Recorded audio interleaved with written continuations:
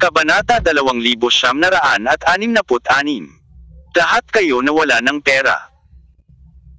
Dahil hindi matukoy ni Surui kung ang mga tsuper na ito ay ang mga naunang armadong lalaki, espesyal na hiniling niya sa sniper na kumpirmahin ito bago ito barilin. Matapos makita ang walang awa na paraan ni Surui, ang sniper ay hindi nang ahas na itago ito. Ayon sa kanya, pawang mga kasama niya ang mga driver na patungo sa lugar na ito. Madali na ngayon. Para sa kasalukuyang Surui, ito ay parang isang putok sa kamay, nasa akin ang mundo, at walang makakatakas mula sa kanyang hanay. Dahil ang mga mersenaryong ito ay nangangahas na magpanggap na mga driver at magpakamatay, paano ko sila pakakawalan? Nang dumaan ang mga sasakyang iyon, patuloy na hinayla ni Surui ang gatilyo. Ang tunog ng baril ay bumulaga sa mga ibong nakatulog. Ang mga ibong ito ay umiikot sa ilalim ng gabi, hindi alam kung ano ang nangyari at hindi nangangahas na mahulog. Ang mga taong iyon ay nahulog sa lupa, at natatakot ako na hindi na sila makabangon muli. Ang simoy ng hangin ay dumaan sa kanilang hindi gumagalaw o nanginginig na mga katawan, na naglalabas ng mahinang amoy ng dugo. Nang makitang napakaganda ng pagiging mamarkahan ni Surui, hindi alam ng sniper kung ano ang sasabihin.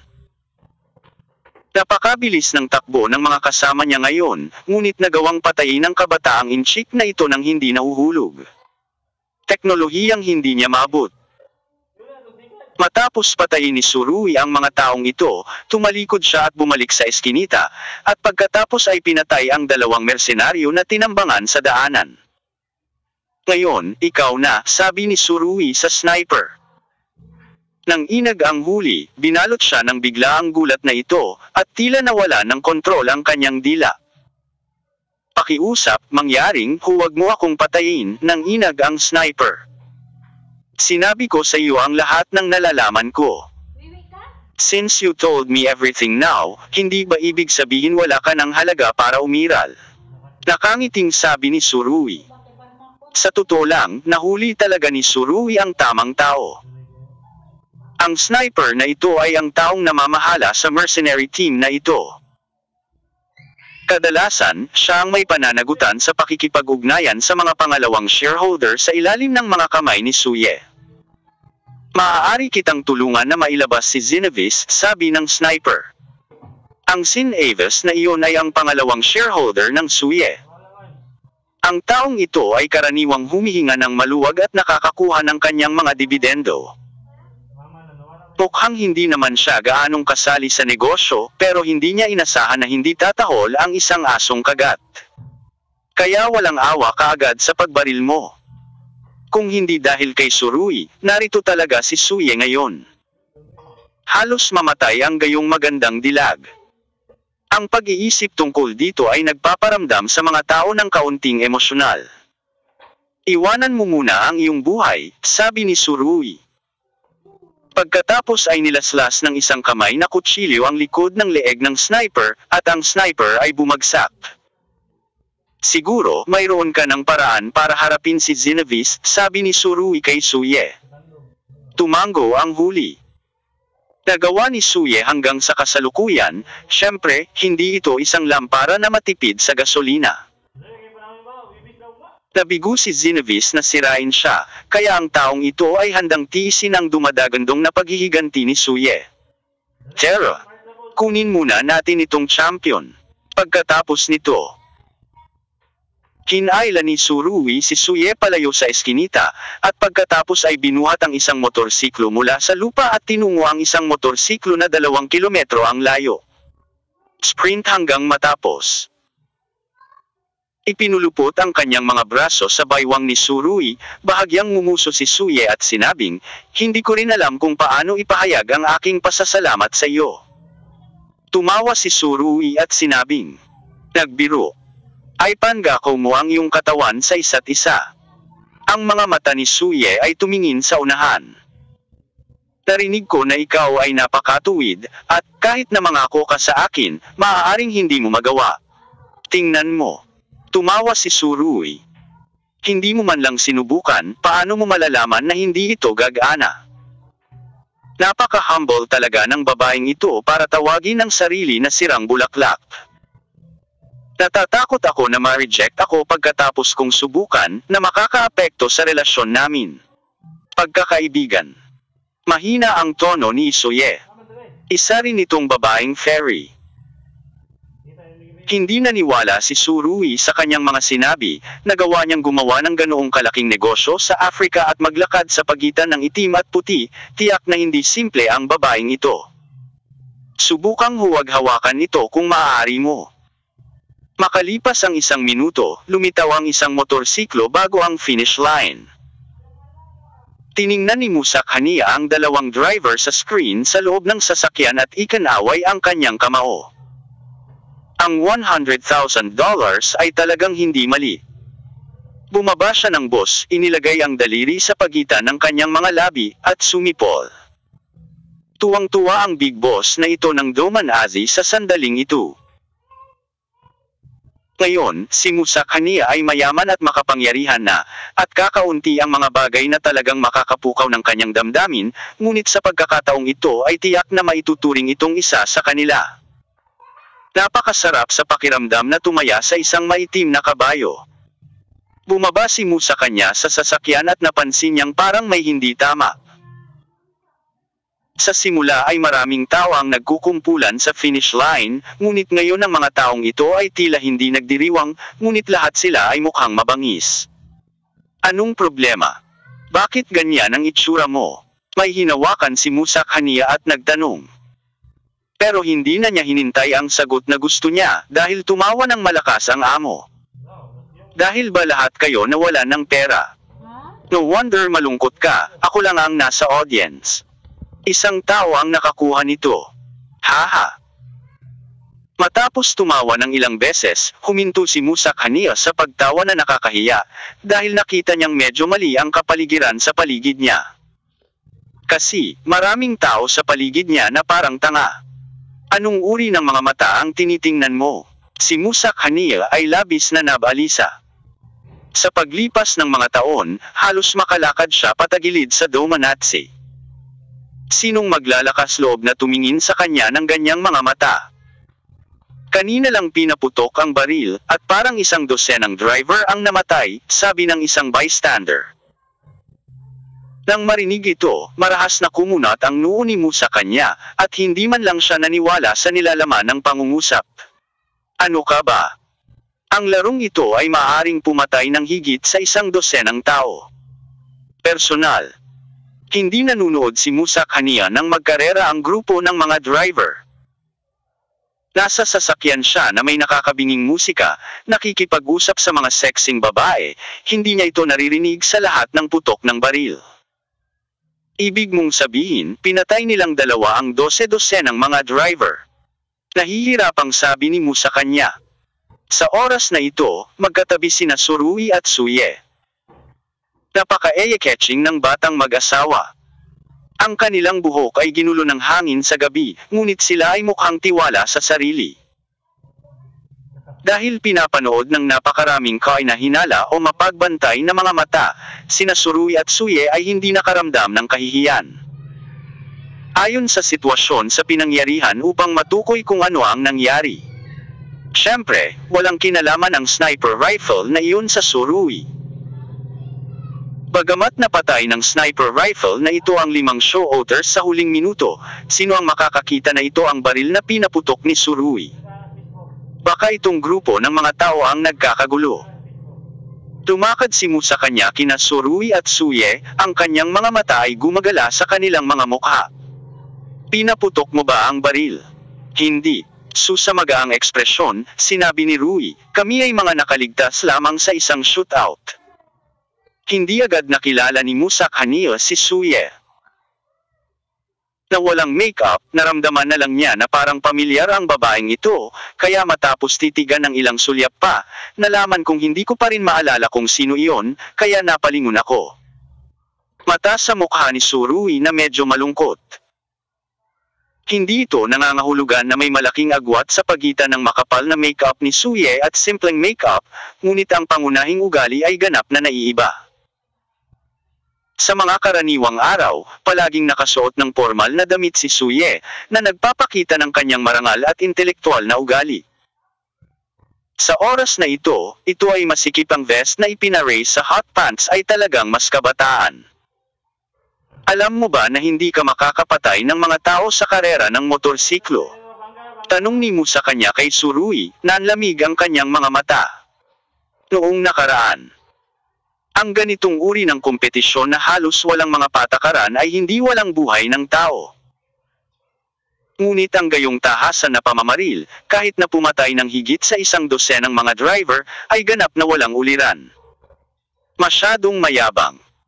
Bagamat medyo magulo ang sitwasyon sa Plinio kamakailan, may sinasabi pa rin ang mga autoridad, gumaganap pa rin ang batas, at hindi magiging magulo ang lipunan na maaaring pumatay ng walang prinsipyo. 100 tao ang namatay sa isang laban, na sapat na upang sirain ang matagalang kaganapang ito. Ano ang susunod nilang gagawin? Itong dalawang kakaibang lalaki at babae na biglang sumulpat ay sadyang nililigawan si kamatayan. Hindi lamang Musakaniya, ngunit halos lahat ng naruroon ay nag-isip na si Tsurugi ang mamamatay tao. Siya ang pumatay sa 12 ng mga driver. Nakaharap sa masusing mata ni Musakanya, nagkibit balikat si Tsurugi. Mr. Musakanya, sa palagay ko, ang hindi paggalang sa katotohanan ng mga katotohanan ay maaaring hindi kung ano ang dapat gawin ng isang malaking boss. Mga bagay. Bahagyang kumunat ang noo ni Musakaniya, saka ngumiti ng mapaglaro at sinabing, kilala mo ako, pero hindi kita kilala, sino ka? Napangiti si Tsurugi sa harap ng tanong na ito. Mr. Musakanya, sikat na sikat ka, natural na hindi mo makikilala ang isang maliit na tulad ko. Si Suye, na nasa tabi niya, ay tinakpan ang kanyang bibig at tumawa, at pagkatapos ay sumingit sa tamang oras. Mr. Si Musakanya ay talagang isang marangal na tao na nakakalimot ng mga bagay na hindi ko man lang siya nakikilala. Palaging nararamdaman ni Musakaniya na napaka-pamilyar ni Suye, ngunit ang kabataan at casual na kapaligiran ng kabilang partido ay napakabihirang, at hindi niya maalala kung sino ito. Hindi man lang kita nakikilala, tapos sa susunod na pumunta ka sa Monica Club, hindi na kita bibigyan ng discount. Hinaplos ni Suye ang kanyang bangs at nakangiting sinabi. Pupunta ako, ikaw. My Miss Suye. Kanina pa gustong ibabad ni Musakaniya si Suye, pero hindi niya akalain na iba pala ang lasa nitong babaeng fairy na tinanggalan ng makeup, parang mas nakakaakit.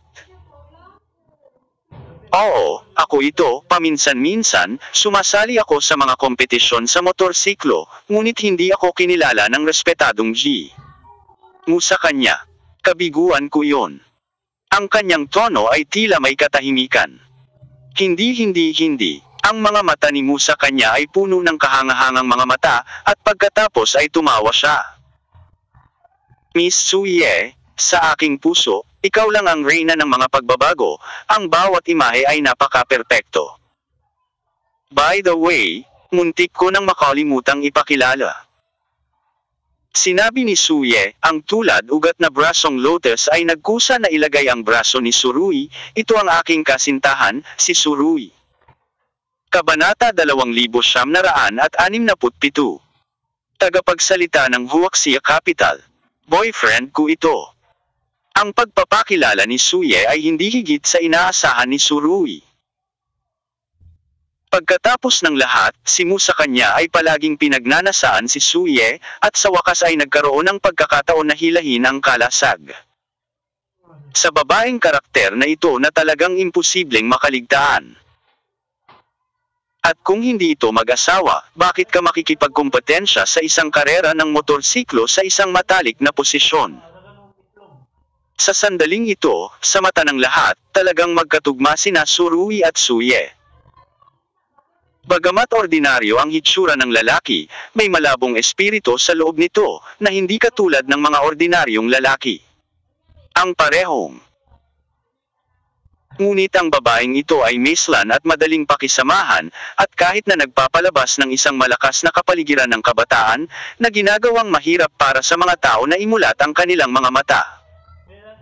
Ito ay talagang isang pares, at kahit si Musa Khania ay walang pagdududa tungkol dito. Noong nakaraan, interesado si Musa Khania kay Suye mula sa Monica Club. Siyempre, natural niyang naunawaan na ang babaeng ito ay tiyak na hindi mapapaunlad ang industriyang ito sa antas ng monopolyo sa Africa. Kung anong fuel-efficient lamp, dapat may kung anong kapangyarihan sa likod niya, baka international leader siya na hindi niya kayang masaktan. Sa makatuwid, kahit na si Musa Khania ay palaging may gusto kay Suye, at madalas na nanliligaw at nanliligaw. Ngunit hindi ito totoo. Pagkatapos ng lahat, sa kanyang paraan, maaari niyang ganap na pangunahan ang mga tao na sumugod kay Monica sa clubhouse, sinunggaban niya pabalik si Suye at naging Mrs. Yazhai. Ngunit kung iyon ay tapos na, kung ano ang naghihintay para sa Musa Khania sa huli ay hindi alam. Kaya naman, medyo nabigla pa rin si Musa Khania sa kaibuturan ng kanyang puso. Wala siyang ideya kung ano si Suruy, ngunit maaari niyang hayaan ang isang babaeng may komplikadong pagkakakilanlan tulad ni Suye na hawakan siya ng matamis braso, at nagkusa pa na aminin na siya ang kanyang kasintahan, na napakahirap. Sa makatuwid, pagkatapos ng maikling pag-iisip sa loob ng 2 segundo, si Musa Khania ay gumawa ng agarang desisyon. Iniunat niya ang kanyang kanang kamay kay Suruy. "Hello. My name is Musa Khania. Narinig ko ang iyong pangalan, ang pangalan ko ay Suruy, natutuwa akong makilala ka," sabi ni Suruy. Sa ibabaw, si Musa Khania ay mapayapa, ngunit walang nakakaalam kung ano ang iniisip ng malaking smuggler. Natawa siya. "Maraming salamat sa pagbibigay mo sa akin ng pera ngayong gabi. $100,000. Sa isang hindi kapansin-pansing karera ng motorsiklo sa Africa, ang prize pool tuwing gabi ay napakataas." Matapos makita si Suye, malamang nahulaan niya kung tungkol saan ang naunang putok ng baril, kaya hindi niya ito direktang pinag-usapan. Gayunpaman, dahil hindi siya nagsasalita tungkol dito ay hindi nangangahulugan na hindi ito pinag-uusapan ni Suye. "Hindi ko inaasahan na may shootout na mangyayari dito." Suye pouted, "Sa wakas ay dumating ako upang makipaglaro sa aking kasintahan minsan, at naging ganito. Walang magawa talaga. Mukhang masungit talaga." Tumango din si Musa Khania. "Oo, sa pagkakataong ito, kailangang alamin ng management ang dahilan, kung hindi, sino ang maglalakas loob na magpatuloy na lumahok sa mga naturang kompetisyon?" Malabo niyang nararamdaman na ang bagay na ito ay may kinalaman kay Suye. Ang pagkakakilanlan ng babaeng ito ay tila nakakalito, ito ay pinakamahusay na huwag hawakan ito. Bagamat medyo magulo ang buhay ni Musa Khania kapag weekdays, at palagi siyang may kakaibang interes sa magagandang babae, ngunit alam din niya kung ano ang dapat gawin at hindi dapat gawin, kung hindi, tiyak na hindi siya mabubuhay ngayon. Ang buhay ay palaging mas mahalaga kaysa sa kabaligtaran ng kasarian. Sa oras na ito, higit sa 100 ng mga kotse ang nagmaneho patungo sa finish line. Pagkalampas ng mga rider na ito ay agad silang tumalon pababa ng sasakyan, at ang iba ay may mga paa at paalam-ambot, bumagsak lang siya sa lupa gamit ang kanyang puwitan. Patay, patay. Maraming driver ang nabaril. Tumawag ng ambulansya. Kakaalis lang namin. Buhay. Ang lahat ng mga sakay na ito ay nahulog at nagpatuloy sa pagsakay.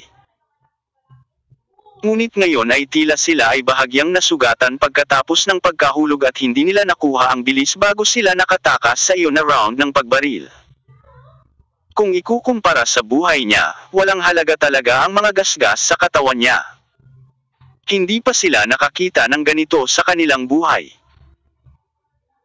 Sa totoo lang, sa isang kahulugan, nagligtas din si Suruy ng ilang tao kung hindi niya itinumba ang mga taong iyon gamit ang mga laryo, maaaring naging mga bangkay na ang mga tsuper na ito. Ang mga mersenaryong ito ay talagang walang prinsipyo. Walang alinlangan na kung may nangyaring ganito sa alinmang lungsod sa China. Nakatakda silang hindi umalis sa hangganan, ngunit sa prenya, maaari silang pumunta at umalis kung gusto nila, patay ilang tao pa ang nakakita ng pulis na darating. Kahit na ang mga pulis ay ipinadala, na may pare-parehong pangangailangan ng nestain at mga katulad nito, ang kasong ito ay maaaring hindi malutas kahit na ito ay tumagal ng 10 taon. Kahit na ang pinakapangunahing karapatan sa buhay ay hindi magagarantiyahan, kaya anong pakiramdam ng seguridad ang maidudulot ng naturang bansa sa mga tao? Maliwanag, lahat ay mali. Ito ay isang malawakang pag-atake sa karera ng motorsiklo na ito, sabi ni Musak Hania. Ayon sa mga katotohanan, lahat ay maaaring makarating sa resultang ito. Ngunit sa katunayan, malinaw na pinupuntirya ng mga armadong iyon si Suye. Nag-aalala sila na hindi nila matamaan ng tumpak ang target sa dilim, kaya sinimulan nila ang taktika ng paghahagis ng malawak na lambat. Nagkatinginan sina Suye at Surui at walang sinabi. Alam nilang lahat kung sino ang totoong mamamatay tao sa likod ng mga eksena, ngunit sa kahusayan ng pulisya ng prenya, napakahirap talagang harapin ang pangalawang shareholder na si Sin Avis. Ang tusong lalaking iyon, kahit na gumawa ng sariling putok si Suye, ay maaaring hindi siya matamaan ng isang tama. Makalipas ang ilang minuto ay late na dumating ang ambulansya na tinawag ng organizer ng underground race. Sa lugar na ito, halos walang mga kamera, at halos madilim ang tanawin sa pinangyarihan ng krimen, kaya napakahirap mag-imbestiga pagkatapos ng insidente. Ang mga armadong iyon ay lahat ay binaril hindi masyadong malayo sa finish line. Kung sino man ang gumawa nito ay naging unsolved case. Sa katunayan, mula sa puntong ito, binigyan na nito ang lokal na pulisya ng ideya ng paglutas ng kaso, maaari nilang sabihin ng isang bagay tulad ng kamatayan ng walang ebidensya. At gamitin ang cannibalism ng mga armadong iyon upang isara ang kaso. Miss Suye, Mr. Surui, bakit hindi ka sumakay sa kotse ko? Si Musak Hania ang nagkusa na mag-imbita. Sa totoo lang, maraming beses ko nang inimbitahan si Miss Suye, pero hindi siya kailanman salamat. Sa pagkakataong ito kapag nasa tabi ko ang boyfriend ko, dapat ba pumayag si Miss Suye? Siyempre, salamat sa imbitasyon mo, gusto ko ring isama ang boyfriend ko para makita si Musak Hania. Nasaan ang super luxury RV ni Mr.? Sabi ni Suye, hawak-hawak ang braso ni Surui, ngumiti ng matamis, honey, let's go and see.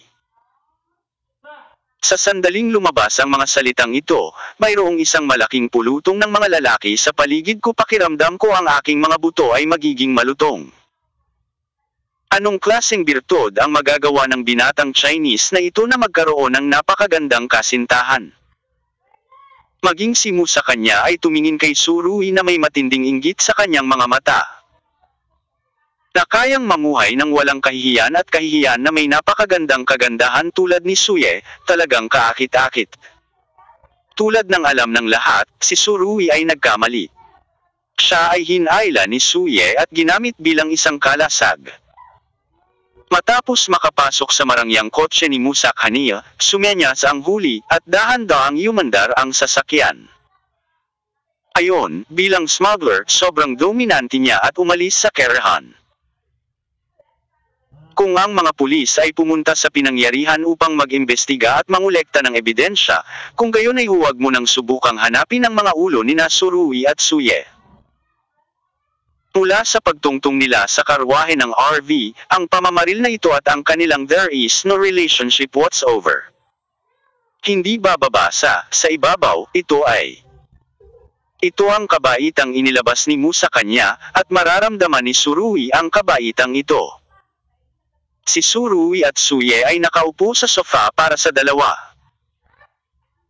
Si Suye ay laging nakahawak sa braso ni Surui, at kahit na isinandal ang kalahati ng kanyang katawan sa katawan ni Surui, na tila sobrang intimate. Kung ikukumpara, ang mga galaw ni Surui ay medyo matigas, at ang magagandang babae ay tapat sa kanila, ngunit hindi ka man lang nagkusa. Ito ay isang maliit na peking.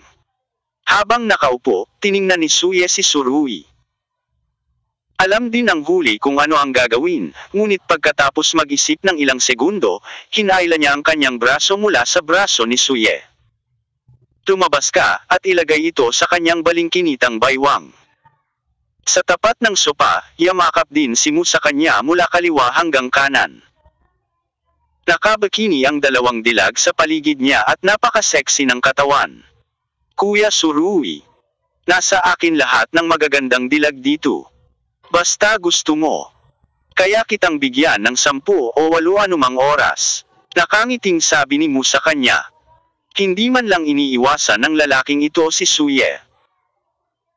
Habang nagsasalita, tinapik niya ang puwita ng babae sa tabi niya, at sinabing, kung gusto mong samahan ang kapatid kong si Surui, payag ka ba?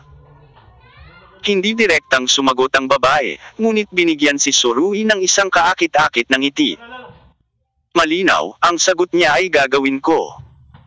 Ang ngiting ito ay nagdulot ng goosebumps sa braso ni Surui. Nagpakita si Suye ng hindi nasisiyahang ekspresyon. Musak Hania, hindi ba ito nararapat para sa iyo? Sa harap ng mukha ko, lantarang binibigyan ng lalaki ko ng babae. Tumawa si Musak Hania, at pagkatapos ay sinabi, "Oh, hindi ko alam kung gaano karaming tao ang handang maging lalaki mo, ngunit hindi ako maiinggit. Kakausap mo lang, araw-araw kang umiinom at umiinom, ang sarap." Nagtaas ng kilay si Suye. Mukhang masaya ako sa hitsura, ngunit talagang wala akong laman. Bamaantong hininga ang Musak Hania na ito. Pagkatapos, nagkusa siyang magbuhos ng 2 baso ng red wine para kina Suye at Surui, at sinabing, hindi ko alam kung saan karaniwang tumutuloy si Surui. Hindi pa kita nakita dito sa Domanatsi. Bahagyang sinabi ni Surui. Kadalasan ay tumatakbo siya sa magkabilang panig ng China at Europa, at kaunting oras ang ginugugol sa Afrika. Oh, so anong negosyo ka? Umiti si Mu sa kanya at hinawakan ang baso ni Surui. Kung may angkop na negosyo, maaari rin tayong makipagtulungan. Ang mga pahayag ni Musak Hania ay karaniwang sinusubok ang Surui. Alam niya na ang Huaxia Capital ay umaatake sa buong mundo sa mga nakaraang taon. At maraming malalaking internasyonal na kumpanya ang may sa pagkakaroon ng Huaxia Capital. Ang Surui na ito ay dating naglalakbay sa pagitan ng China at Europa, at ngayon ay nakarating na siya sa Afrika. Posible kayang siya ang tagapagsalita ng isang tiyak na Huaxia Capital. Hindi kaya may gagawin na naman ang Huaxia Capital sa Prenia? Kung walang masyadong malalim na background, paano magiging posible para kay Suye, isang napakahusay na mangkukulam, na kusang loob na sundan siya sa iyong tabi? Kailangan mong samantalahin ang pagkakataong ito. Kabanata 2968. Trader ng Rebelde. Nakangiting sinabi ni Surui. Narinig ko na si Mr. Musak Hania ay nasa negosyo ng sasakyan. Oo. Ginagawa niya ito sa lahat ng oras. Nakangiting sinabi ni Musak Hania. Hindi mo kailangang sabihin ito ng napaka-euphemistically. Ito ang negosyo ng smuggled na sasakyan. Ginagawa ko ang buong kotse at ang mga bahagi. Diretsyong sabi niya. Narinig ito ni Surui at umiling sa loob. Walang kwenta talaga ang customs of the Pliny authorities. Pinahintulutan nila si Mu sa kanya na gumawa ng ganoong kalaking negosyo. Sa pagkakaalam ko, sa Afrika, ang mga dongyang ang gumagawa ng pinakamalaking negosyo sa kotse, sabi ni Surui. Sinong nagsabing hindi? Niyakap ni Mu sa kanya ang baywang ng babae sa tabi niya at sinabing, ang mga batang ito ay kumuha ng marami sa aking bahagi, kung hindi, ang aking kinikita man lang ay kailangang ibalik. Doblehin mo. Dapat kinuha mo ang kanilang bahagi, tama ba? Umiti si Surui at may sinabi sa kanyang puso. Sa totoo lang, legal pa rin ang negosyo ng segunda manong sasakyan ni Toyo, bagamat mas maliit ang tubo kaysa sa mga smuggled na sasakyan ni Musakya, ngunit malaki ang volume. Sa makatuwid, kung pipiliin ni Musakya na makipag-away sa mga taong ito kung lalaban ka, natatakot ako na ang resulta ay napakahirap. Nang marinig si Surui na nagsasalita tungkol sa paksang ito, nagkaroon ng mapaglarong liwanag sa mga mata ni Mu sa kanya, at bigla niyang hininaan ang kanyang boses. Brother Surui, narinig ko na magkakaroon ng barko sa susunod na buwan. Pagmamaneho mula Dongyang, may mga ginamit na sasakyan sa loob. Paano, boto tayo sa kanya? Kunin siya ng boto. Nang marinig ito ni Surui, hindi niya maiwasang makaramdam ng kaunting tulala. Tunay nga, ang Musakya na ito ay may malakas pa ring bandido kapag nagsasalita, at ang karakter na ito ang nagpapaunlad sa kanya sa larangan ng smuggling na sasakyan. Hindi ako pirata. Nakangiting sabi ni Surui. Alam niyang gusto pa rin ng Musakya na ito na samantalahin ang pagkakataong subukan siya. At hindi imposibleng mapalubog ni Surui ang barko ni Dongyang, ngunit lumubog man ito, ano ang maidudulot nito sa kanya? Hindi ito gaanong magagawa para isulong ang muling pagpapasigla ng Pearland Railway. Alam kong hindi ka isang pirata. Ngunit may ilang bagay na hindi ko magagawa. Ngunit maaaring magawa ito ni Surui. Pagkasabi nito, kumurap si Mu sa kanya, alam ko, kayong mga huwaksiya ay napupuot sa mga taga-silangan, ang huwaksiya ngayon ay may malakas na boses sa internasyonal na arena, lalo na sa dagat. Hindi ka maaaring magulo sa dagat, umiling si Surui. Nakangiti, alam niyang ang Mu sa kanya na ito ay nagsasalita tungkol sa nakaraang huwaksiya warship na nag-escort sa mga barkong pangkalakal. Sa ilalim ng magulong sitwasyong ito, ang lahat ng mga partido ay gumawa ng kanilang sariling mga trick, at ang tinatawag na hindi patas na kompetisyon, mahigpit na nagsasalita, ay hindi umiiral. Sa ganitong uri ng bagay, maaari mo ring direktang makipag-ugnayan sa mga lokal na pirata. Direktang sinabi ni Suye. Hanggat bibigyan mo sila ng ordinaryong presyo, ang mga taong ito ay hindi magsasawa sa pagsira sa mga barko ng mga Oriental. Malaki na talaga ang butas ng utak ni Suye. To be honest, sabi ni Musakya. Ganyan kinokontrol ang isa sa mga barko ko, at pagkatapos ay itinapon sa dagat ang lahat ng sasakyang sakay nito, at pagdating ko doon, ang natitira ay isang bangkang walang laman. Ginawa ito ng mga Oriental. Pagkatapos marinig ito, nagtanong si Surui, mayroon ka bang ebidensya na ginawa nila ito? Ako syempre may ebidensya. Pero kahit may ebidensya, walang silbi. At imposibleng harapin ang mga ito. Umiling si Mu sa kanya na walang magawa, kung gusto mo silang harapin, maaari ka lang magsimula sa gobyerno, ngunit ang kahirapan dito ay napakalaki din. Sabi niya, at ininom ang red wine sa baso. Kadalasan ay tahimik lang akong gumagawa ng maliit na negosyo, bakit mo ito ginagawa sa akin? Pagkabalisa. Tinakpa ni Suye ang kanyang bibig at tumawa. Hindi alam ng iba, hindi ko alam. Noong nakaraang taon, ilang pangunahing benta ng mga Oriental sa Domanatsi ang nasunog sa kalagitnaan ng gabi. Sa tingin ko, maliban kay G. Musakya, na may mga mata at kamay, walang nang ahas na magbenta sa Domanatsi.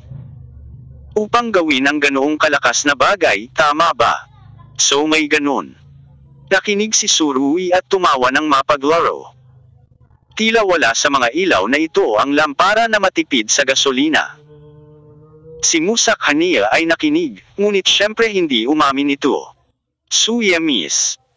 Hindi ka maaaring magsalita ng walang kaparakan kapag maganda ka.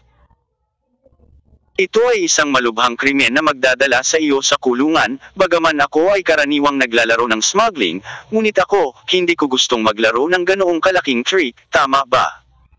Napakurap si Suye. Gusto kong pagtakpan ito. Well, kahit ginawa ko, pinaglalaroan ko lang. Higit pa sa inaasahan ni Surui, inamin ito ng Mu sa kanya. Tingnan mo, hindi ba ito ay katulad ng sinabi ko? Talagang hindi mahalaga kung aminin mo ito o hindi, kahit na may katibayan man o wala, iniisip ng lahat ng mga taga-Domanatsi na ginawa mo ito.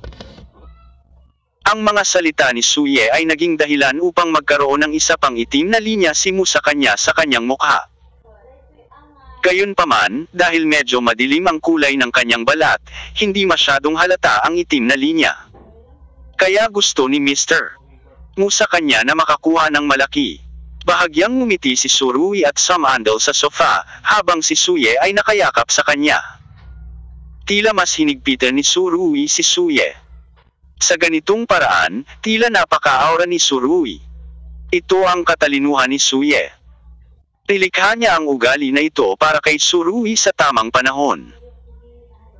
Kung tutuusin, kung gusto mong magnegosyo sa Africa, hindi ka makakapagnegosyo sa tamang paraan. Pera man o babae, kailangan mong maging ambisyoso ng kaunti.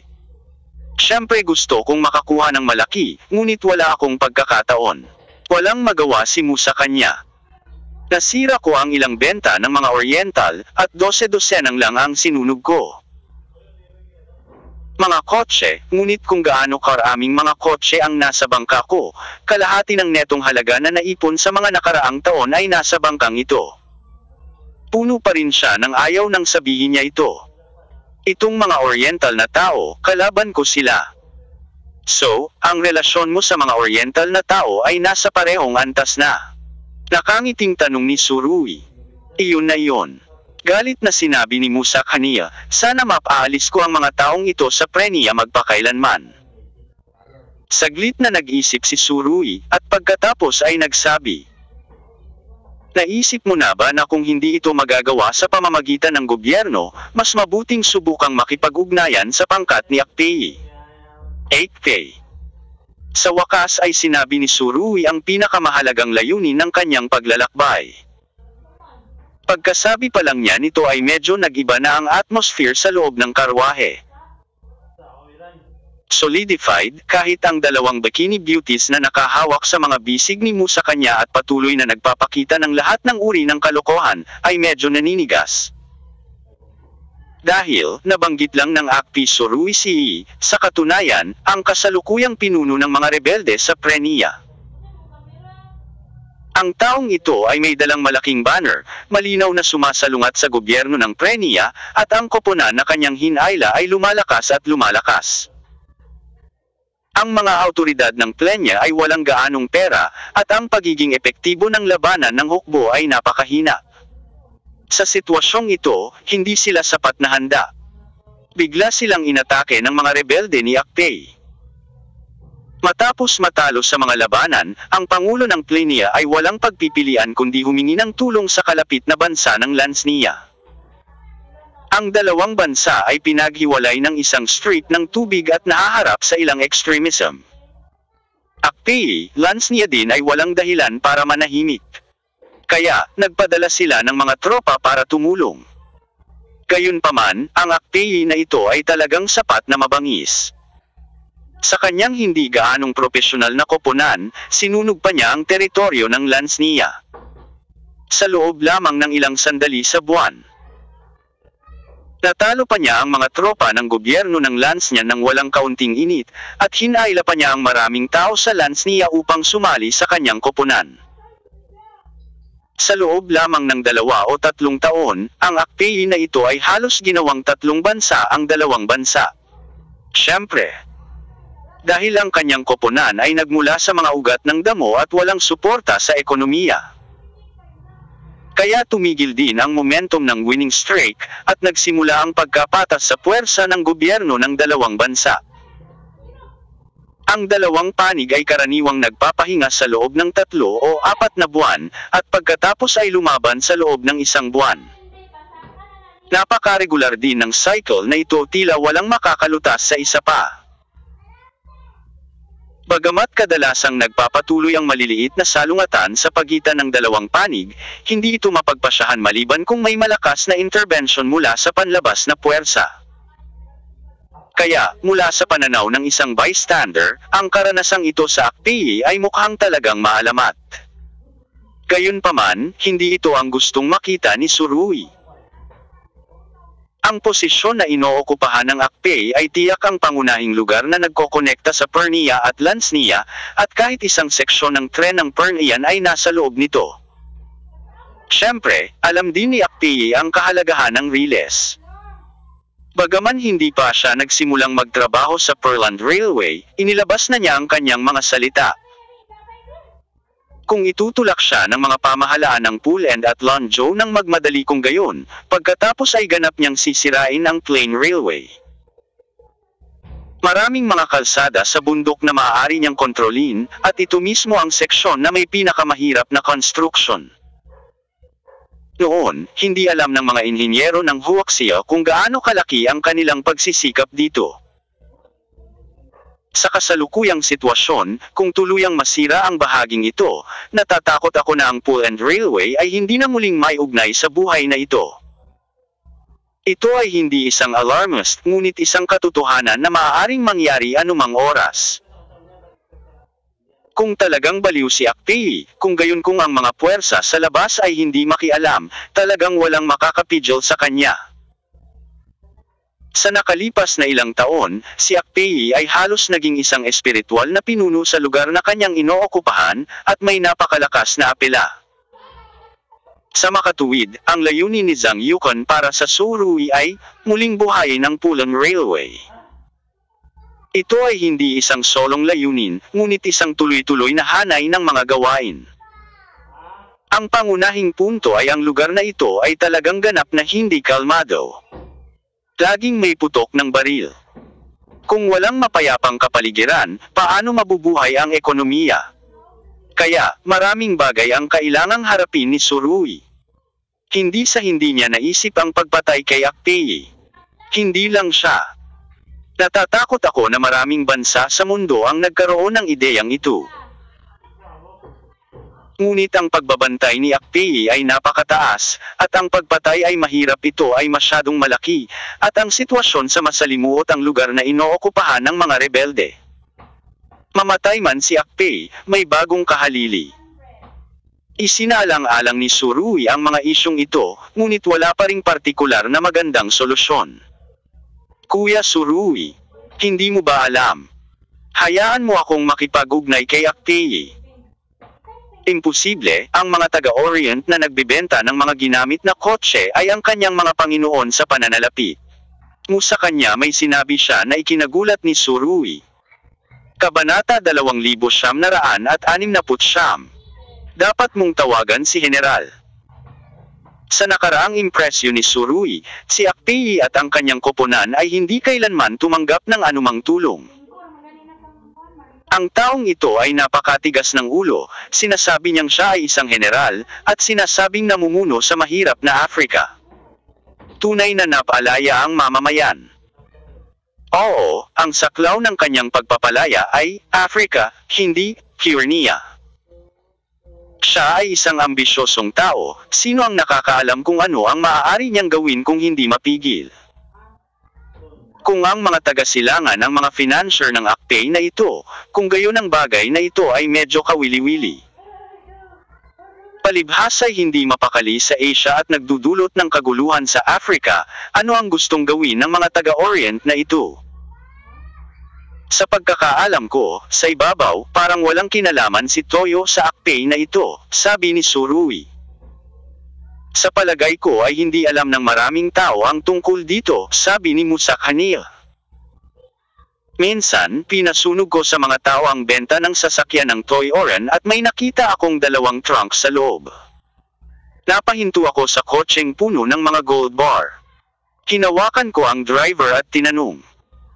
Papunta na pala ang sasakyan sa lugar kung saan matatagpuan ang Akpay. Ang mga gintong bar na ito ay tulong sa mga tropa ni Akpay. Pinaikit ni Surui ang kanyang mga mata. Talaga. Kung totoo ang balita, ito ay talagang napakahalagang pagtuklas. Siyempre hindi ako gagawa ng maling pahayag tungkol sa ganitong bagay. Kaya lang pagkatapos kong malaman, hindi na ako nakapag-statement. Sinabi ni Musak Hania. Sa paglipas ng mga taon, Inilagay sa kanila ng mga taga-silangan ang kanyang mga layunin sa politika ay nakatago ng mabuti. At alam ng lahat na may matalinong mata na ang Huaxia ay may magandang relasyon sa Prenia at Lansnia, kaya't sisikapin nilang hadlangan ang daan. Panipi. On the surface, mukhang maganda ang relasyon ng mga ito.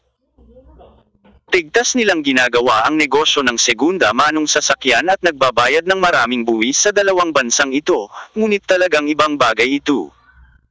Gusto lang nilang gawing gulo ang dalawang bansang ito. Kung walang mapayapa at matatag na kapaligiran, paano magiging Huaxia? Tulungan ang dalawang bansang ito na buhayin ang ekonomiya. Tumingin si Surui kay Musakania. May ebidensya ba? Siyempre may ebidensya ako. Sinabi ni Musakania, nagkuha pa ako ng mga larawan sa oras na iyon. Inilabas niya ang kanyang mobile phone at tinawagan ang dalawang larawan. Nakita ni Surui na ang trunk ng sasakyan ay talagang puno ng mga gold bar. Ang dalawang larawang ito lamang ay hindi makapagpapatunay ng anuman, sabi ni Surui. Sa totoo lang, iba ang mga gold bar sa mga paglilipat. May mga bakas pa rin ng mga bank transfer, ngunit hanggat ang mga gintong bar ay mahusay na nakatago sa panahon ng transportasyon, mahirap malaman kung sino ang nagbigay nito. Mula sa puntong ito, ang mga Oriental ay medyo maingat din. Mayroon pa akong recording, ngunit hindi ko ito maipadala sa iyo ngayon. Sinabi ni Musakania, hindi ko man lang ipinaalam sa gobyerno. Ang bastos talaga ng lalaking ito, there are fine. Umiti si Surui at nagsabi, nakahanap ako ng ganoong mahalagang impormasyon, bakit hindi mo sinabi sa mga awtoridad? Kung gagawa sila ng mga hakbang upang parusahan ang mga dealer ng sasakyan ng Toyo na ito, hindi ba magiging mas mahusay ang iyong negosyo? Panipi. Imposible, Surui, maaaring hindi mo alam kung magkano ang maaaring ibayad ng mga Oriental na ito sa mga awtoridad bawat taon. Ito ay maraming tunay na pera. Kung ibibigay mo ang mga car dealer na ito sa kung ang mga parusa ay ipinataw, kung gayon ang kita ng gobyerno ay mababawas ng malaking bahagi. Ayaw ng mga awtoridad. Kung ayaw mo, hayaan ang mga taga-Orient na ito na palihim na pandohan ang akti. Umiling si Surui. Umiling, sa ganoong katapangan, ano ang magagawa mo? Nang sabihin ito ni Surui, talagang naramdaman ni Surui na kinasusuklaman niya ang bakal. Pagdating sa Plinia, naramdaman na niya sa maraming paraan na talagang kulang sa inisyatiba at kawalan ng kontrol ang gobyerno, at imposibleng asahan na matatalo nila ang akte.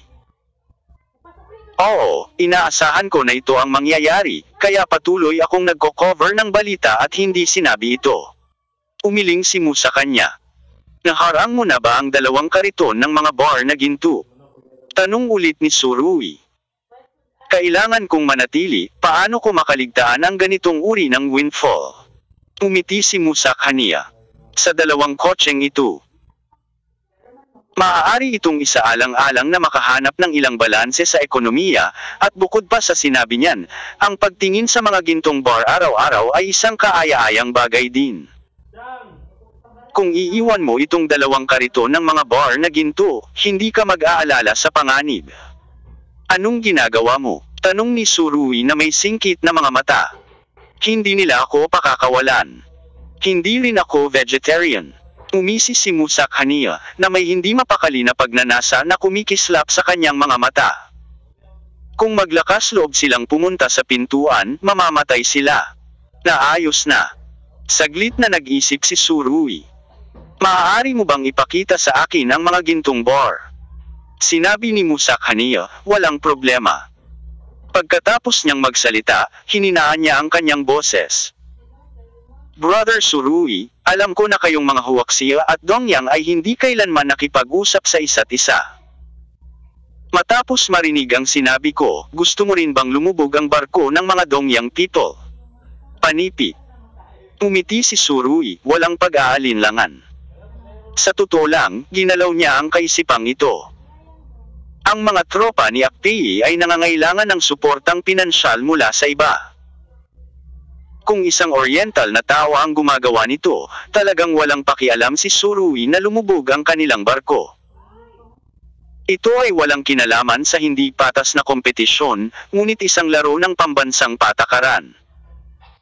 Bagamat si Akpei ay nanalo ng mataas na rate ng pag-aproba ngayon.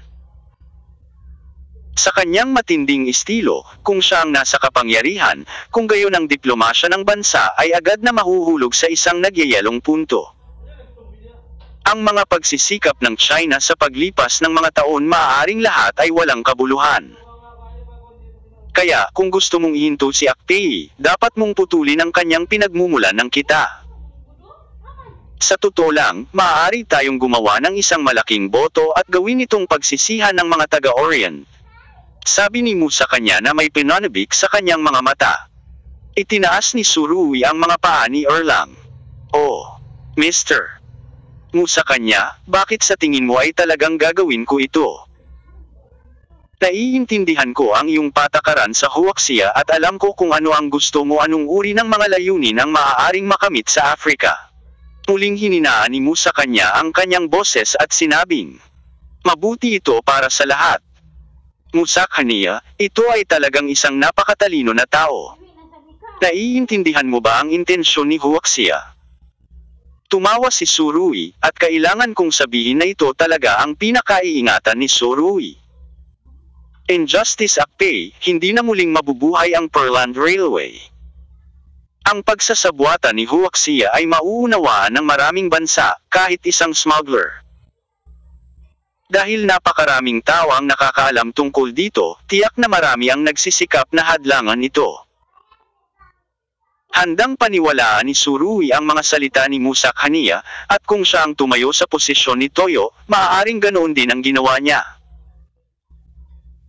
Ang grupong ito ng mga lalaki mula sa silangan ay lihim na sumusuporta sa mga rebelde, dahil sa takot na matuklasan ng kaaway, ito ay talagang hindi sapat na kapaligiran. Ang hindi ko inaasahan ay totoong nagkatotoo ang Musakaniya. Dadalhin sana niya si Surui sa kanyang villa upang makita ang mga kahon ng mga gintong bar. Ngunit nang siya ay 2 kilometro ang layo, ang kanyang villa ay biglang gumawa ng isang nakadurog na pagsabog. Mula sa malayo, natano ni Surui ang bintana ng sasakyan at nakakita ng malakas na apoy sa kanyang harapan. Ang maitim na usok ay tumataas, kahit na tinatakpan ang liwanag ng buwan. Fuck, anong nangyari? Si Musakaniya ay lubos na nagkasakit.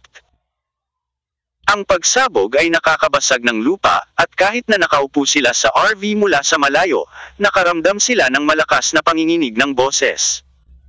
Ang iyong bahay ay binomba. Nakangiting sabi ni Surui. Wala siyang pakialam na panuurin ang saya sa mga oras na ito. At ngayon ay hindi na makatawa si Mu sa kanya, malakas niyang ibinagsak ang bintana. Bilisan mo at tingnan mo kung ano ang nangyari. Para sa Musakaniya, ito ay halos isang malapit na tawag. Kung nakabalik siya ng 10 minuto kanina, nakabalik na siya ng maayos sa kwarto, at siguradong binombo na siya sa langit. Kung titingnan ang dami ng mga paputok, alam ng Diyos kung gaano karaming mga paputok ang lihim na inayos ng kaaway para sa kanya. Tubhang madilim ang mukha ni Musakaniya. Hindi ko pababayaan ang grupong ito ng mga Oriental, mabangis niyang sabi. Hindi ka makatitiyak na ito ay ginawa ng mga tao sa silangan. Tumingin si Surui sa ilaw ng apoy sa harap niya, medyo natulala. Ang pamamaraang ito ay talagang walang awa. Kung ito talaga ang ginagawa ng mga Oriental businessmen dito, then in the next process of dealing with them, you must be very vigilant. Siguro nagawa na nila. Bukod sa mga lalaking ito, sino pa ang maglalakas loob na hawakan ako sa buong Domanatsi? Sabi ni Mu sa kanya, diretsyong bumunot ng baril sa ilalim ng upuan. Halika, kailangan ko silang patayin ngayon. Mabuting tao, isang may kantab na A. K-47. Nang makita ang eksenang ito, ngumiti si Surui. Huwag kang matuwa, pare, hindi ba dapat maswerte ka ngayon? Ito ay isang malapit na tawag pa rin. Isang malapit na pagtakas. Napakalungkot ng ekspresyon ni Mu sa kanya, bigla niyang napagtanto ang isang bagay mula sa mga salita ni Surui, at mabilis na sinabi. Malapit nang lumiko ang kotse, huwag magmaneho papunta sa villa. Nagmamadaling tumawag ng direksyon ang driver, ang halatang RV na ito ay mabilis na pinatay ang main road at nagmaneho patungo sa gilid ng kalsada. Naunawaan ni Musak Hania ang ibig sabihin ng Surui. Ang kalaban ay nagayos ng napakaraming pampasabog. Walang alinlangan na ipadala siya sa kanluran. Ngunit sa oras na ito ang pagsabog ay nangyari pa lang, kung ang RV ay mabilis na nagmaneho patungo sa lugar ng pagsabog, kung gayon ang kaaway na nakatago sa dilim ay malamang na malaman. Sila ay pumutok ng walang kabuluhan, at si Musak Hania ay hindi patay. Matapos makatakbo ng ilang daang metro ang RV, sinabi ni Surui, mayroon ka bang dagdag na baril sa iyong sasakyan? Marami. Sinabi ni Musak Hania, binuksan ang isa pang kahon, at natagpuan ang ilang mga assault rifles mula dito. Ang lokal na Tyrant ay ang lokal na Tyrant. At ang mga baril sa kotse ay ang pinakabagong kagamitan sa aktibong serbisyo sa militar ng US. Nang makita ang eksenang ito, direktang tumawa si Surui, at tinanong niya si Suye. Baril ka ba? Napatingin si Suye kay Surui. Anong uri ng baril ang sinasabi mo? Hindi ko alam kung bakit. Ngunit dahil sa mga mata ni Suye, biglang nakaramdam ng bahagyang panginginig si Surui sa kanyang ibabang bahagi ng tiyan. Ang tanong na ito ay naging dahilan upang hindi siya makasagot. Si Suye ang nagkusa na kumuha ng isa. Kinuha niya ang baril at sinabi kay Musak Hania, tandaan, may utang kang loob sa aking tao ngayon. Tumango si Musak Hania, pagkatapos ay nagsabi, salamat. Umiti si Suye. Ayaw kong pasalamatan ako sa salita. Ito ay tila isang mahusay na pagkakataon upang pag-usapan ang tungkol sa mga kondisyon. Gayunpaman, hindi ito iniisip ni Surui. Suye, huwag mong sabihin ito sa oras na ito. Ngayon, susunod ka sa akin, mag-ingat ka. Bumaling si Surui kay Mu sa kanya at nagbabala. Huwag maging pabigla-bigla, at huwag makipag-ugnayan sa mga bodyguard sa iyong villa sa anumang paraan sa oras na ito, patay man sila o buhay. Naiintindihan mo ba? Sinabi ni Musak Hania. Naiintindihan, salamat, Surui. Sinulyapan siya ni Suye, kumislap ang magagandang mata nito, ngumiti, at sinabing, sa totoo lang, dapat ay tinawag mo si General Surui. Kabanata 2970. Toyo Merchant. Huminto ang RV, at isang grupo ng 3 ang lumabas sa kotse, at ang mga magagandang bikini beauties na iyon ay hindi makabuo ng anumang kapangyarihang labanan. Iwanan ito sa kotse at hayaan ang driver na patuloy na magmaneho. General Surui. Matapos pakinggan ang mga salita ni Suye, ang katawan ni Mu sa kanya ay nanginginig ng husto, at ang kanyang mga mata ay nagpakita rin ng hindi kapani-paniwalang hitsura. Ano ang sinabi mo? Tumingin siya kay Suye. Alam ni Surui na ang kanyang pagkakakilanlan ay kailangang ibunyag sa lalong madaling panahon. Ngunit hindi niya inaasahan na pipiliin ni Suye na magkaroon ng showdown sa Musak Hania sa oras na ito. Bagamat ito ay isang magandang oras para sa isang showdown, maaari itong maging ako. Ang pagkakataong makipag-usap tungkol sa magandang presyo, ngunit naisip lang ni Surui ang tungkol sa pakikitungo sa kaaway noon, ngunit hindi niya ito inisip. Kaugnay nito, walang alinlangang mas mahusay si Suye kaysa kay Surui. Ang aking tao. Ang mayor na general ng Huaxia Army. Ang pinakabatang general mula noong itatag ang People's Republic of China. Hinawakan ni Suye ang braso ni Surui. At nang magsalita siya tungkol sa paksang ito, kumislap ang kanyang mga mata ng may kinang. Kung hindi, bakit sa palagay mo magiging masunurin ako? Hindi lang basta-bastang lalaki ang makakapagpa-in love sa akin. Bahagyang kumulo ang mga labi ni Suye. Nasakop niya ako sa lahat ng paraan.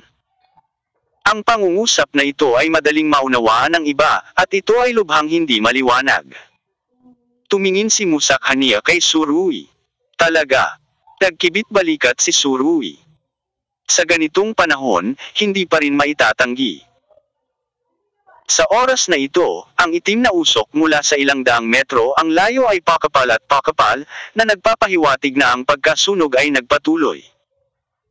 Ito ay sumabog at nasunog, at ang vilya ay hindi na naayos pagkatapos.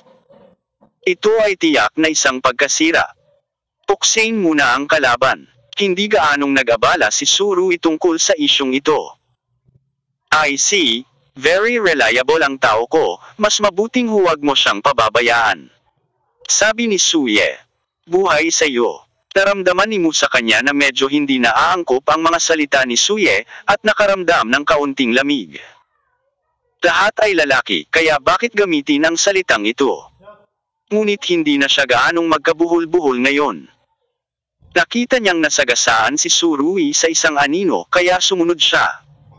Mas mabilis pa sa kanya si Suye. Maaasahan ba ang iyong pagiging mamarkahan? Sabi ni Surui, nakatingin kay Suye na sumusunod sa likod niya. Ang huli, isang pares ng hot pants at isang masikip na vest na may assault rifle, ay talagang may ibang uri ng sexy na lasa. Malalaman mo rin mamaya. Iniunat ni Suye ang isang kamay at natural na yamakap sa baywang ni Surui. Siyempre, hindi ako nagsasalita tungkol sa ganoong klase ng pagmamarka. Mapait nang umiti si Surui. Naiintindihan ko, naiintindihan ko. Kaharap ang babaeng engkanto na ito, talagang hindi komportable si Surui. Si Surui ay may hawak na baril, nagtatago sa kakahuyan, at tahimik na nakatutok sa direksyon ng pangunahing kalsada. Si Suye ay nakahiga sa lupa, nananatiling tahimik sa lahat ng oras. Nalaman pa ni Surui na napaka-standard ng kanyang mga gumagalaw na paggalaw, na makakamit lamang sa pamamagitan ng propesyonal na pagsasanay. Gusto kong maabot ang ganoong antas. At si Mu sa kanya ay tumingin sa vilya na patuloy na umuusok, at ang kanyang mga ngipin ay nangangati sa poot. After more than 10 minutes, may dalawang sasakyan na galing sa direksyon ng vilya. Bukas pa rin ang trunk ng sasakyan, dahil napakaraming gamit nito, at ilang kahon ang nakatambak dito, dahilan upang tuluyang mawala ng laman ng trunk. Hindi maisara. Mas matalas ang mga mata ni Musak Hania, at agad niyang sinabi, "Dam, iyan ang aking kahon para sa mga gintong bar." Siguradong oriental ang mga lalaking ito. Kung hindi ka mula sa silangan, imposibleng mahanap ang target ng tumpak, at maaari mong bunutin ang ginto bago ang pagsabog. Musak Hania, palagi kang nandito. Sumasayaw sa dulo ng kutsilyo. Walang magawang umiling si Surui. Ganito talaga ang kaso. Ang mga kaganapan sa gabing ito ay nagpapakita na ang Musak Hania ay pinuntirya ng iba. Mula nang simulan niya ang kanyang mga kamay sa toy or car dealership, siya ay pinuntirya ng iba. Kaya hindi ko pa nasisimulan, hindi ko lang nakita ang tamang pagkakataon.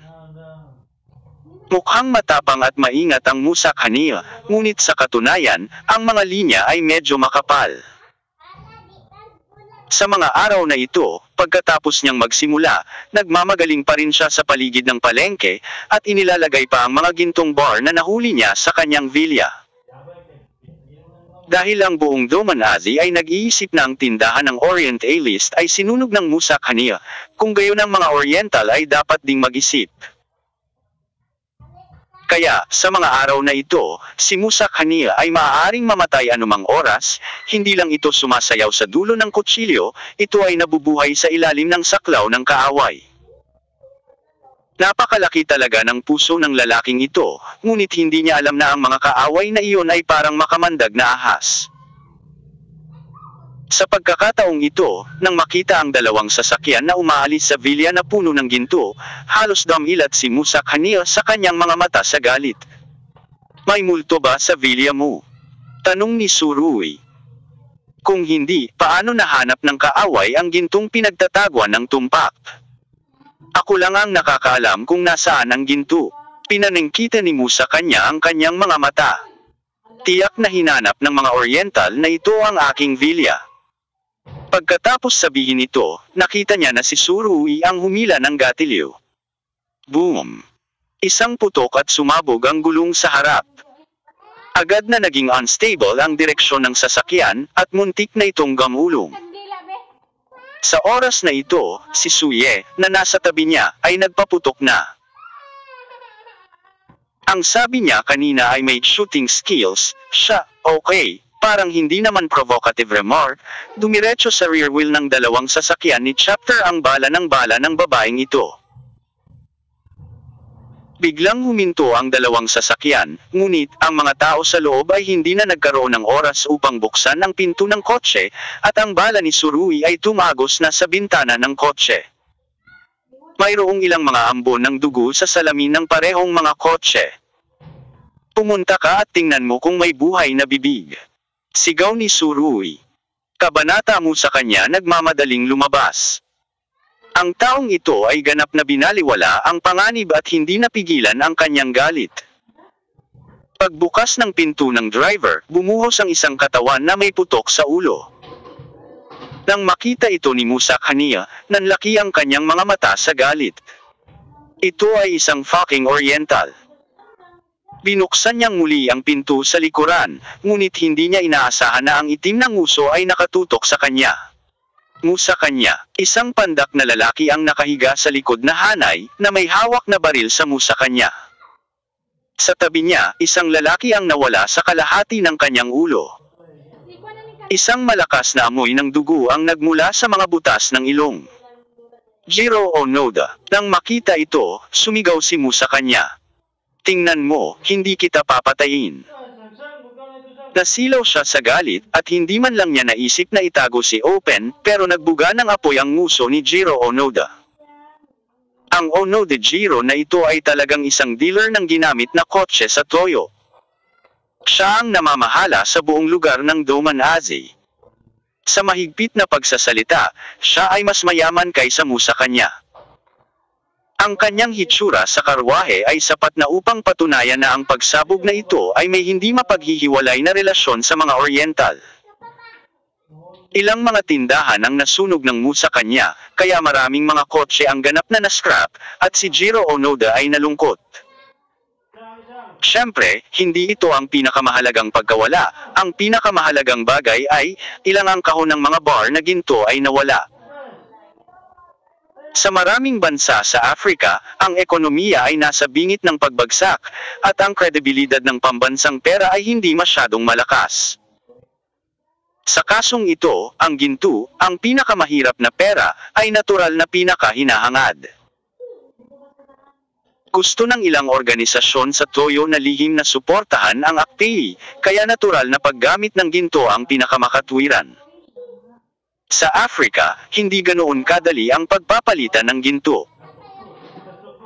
Upang makuha ang ginto, gumugol ng maraming pagsisikap si Jiro Onoda, ngunit orihinal niyang binalak na ihatid ng kanyang mga tauhan ang ginto sa teritoryo ng AKPI ng magdamag.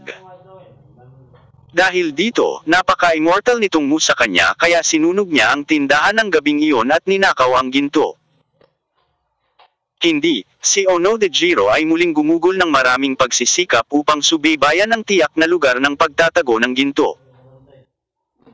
Talagang hindi siya makahinga, at kung maantala niya ang mga pangunahing kaganapan ng organisasyon, hindi siya magkakaroon ng magandang oras pagkatapos bumalik. Sa anumang kaso, ang mga gintong bar ay dapat nabawiin, ang Musa kanya na ito ay dapat mamatay. So, ito lang ang eksena. Hindi mahanap ni Jiro Onoda si Musa kanya sa villa, at pinasabog niya ang marangyang bahay sa galit. Sa hindi inaasahang pagkakataon, kapag siya ay aalis na, siya ay isasama sa kanya ng Musa kanya huminto ang mga tao. Kung hindi lang nakablock ang katabi niya ng shot para kay Onoda Jiro, malamang natapon na ng bala ang skycap niya. Gayunpaman, ang taong ito ay sapat na walang awa. Sa ilalim ng pagkabigla na ito, maaari niyang samantalahin ang pagkakataong magpaputok ng mga nakamamatay na bala sa Musa kanya. Sa ganoong kalayuan, hindi siya naniniwalang makakaiwas ang kabilang partido. Gayunpaman, sa sandaling pagbaril ni Jiro Onoda, isang itim na ilaw ang biglang lumipad at tumagos sa kanyang pulso. Pagkatapos, ang itim na ilaw na ito ay mahigpit na inipit ang kanyang kamay sa upuan. Gayunpaman, hinayla ang gatilyo. Nakaligtaan.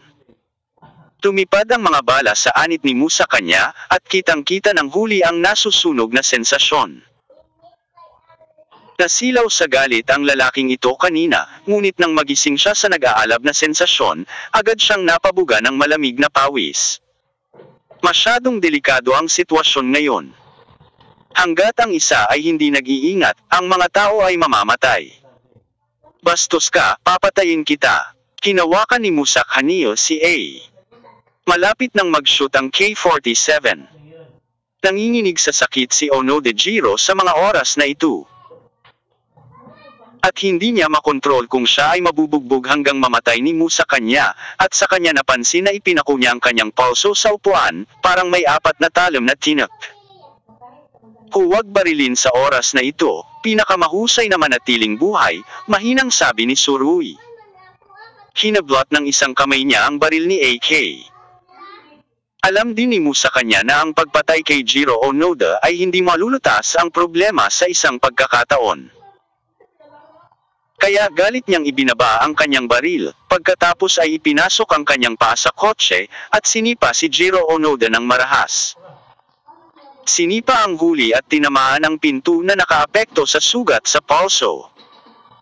Alam mo, nakasingit pa doon ang 4 na talim na tinek ng hukbo. Ito ay tila isang hindi mabata na sakit para sa mga ordinaryong tao, at si Jiro Onoda ay nahimitay sa sakit. Tumingin si Musak Hania kay Surui, at pagkatapos ay sa 4 na talim na tinek. Iniligtas mo ang buhay ko, kapatid na Surui. Kung hindi dahil kay Surui, tiyak na hindi lang makikiskas sa anit ni Mu sa kanya at lilipad ang kuha ni Onoda Jiro, kundi mapupunta sa kanyang kilay. Sinulyapan ni Suye si Musak Hania. Sinabi ko na, gusto kong tawagan ang aking tao na si General Surui, ngunit hindi ka ba nagbabago ng iyong isip? Tinapik siya ni Surui. Bakit kailangan mong pakialaman ito? Talaga, kung hindi dahil sa iyo, baka namatay na ako. Matigas na sinabi ni Mu sa kanya. General Surui, paano mo ako gustong magpasalamat sa iyo?